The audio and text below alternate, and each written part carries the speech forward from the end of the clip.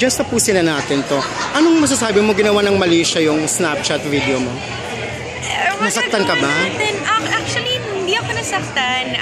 More than anything, nagulat lang the way people reacted. But at the end of the day, you can't avoid that there are cultural differences. There are people who might just not understand the relationship that the three of us have. So, I can't blame them, I guess. I can see what they can see, but at the same time, they don't know us personally. We've been that way ever since they've been dating. So it's not like biglaang lang may na-develop na ganun na closeness between us. But between the three of us, it was never an issue. So the fact na naging malaking issue siya sa ibang tao or sa public, parang well, unavoidable naman talaga. So yun lang. Tinawag ka kasing malandi. Sige. Oo, well, mga masasakit na salita.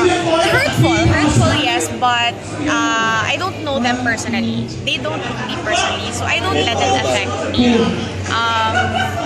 And yun, like I said, our relationship between the three of us has always been that way. So there's really no other way that it should have been taken. Pero nga, hindi naman kasi nila alam talaga kung paano yung dynamics na. No, actually hindi. Hindi talaga ako affected sa issue. More than anything, siguro parang kini-question ko lang paano naging ganun yung isip ng mga tao. But, kay Erwan, ano naging impact sa kanya bilang... Wala, natawa lang din siya. Si ate, natawa lang din. Alam mo yun, kasi yun na nga, people didn't understand the dynamics of what actually happened. And with a screenshot, not the entire video taken, it can be interpreted in so many ways. So I can't blame people for naging conscious ka ba after that? No. Kung ano ipopost mo? I've always been conscious. But I'm not playing it safe. I don't have to worry about what people think because I know naman that I'm not doing anything.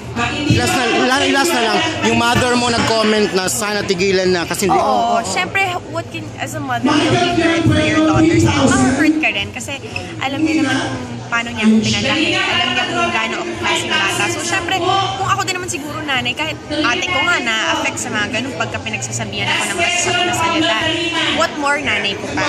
Diba? Syempre, magiging defensive ang mama ko kasi mahal niya ako.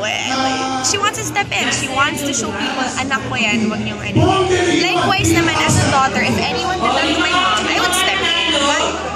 You're showing strength, just kahit bago ka pa rin naman sa showbiz kung tutuusin mo. Pero ang dami mo na rin naging issue, diba? Pero you're showing strength. Paano mo nagagawa? Siguro, like I said kanina, nagawa kong i-separate yung personal sa work. So, these are people making my work personal.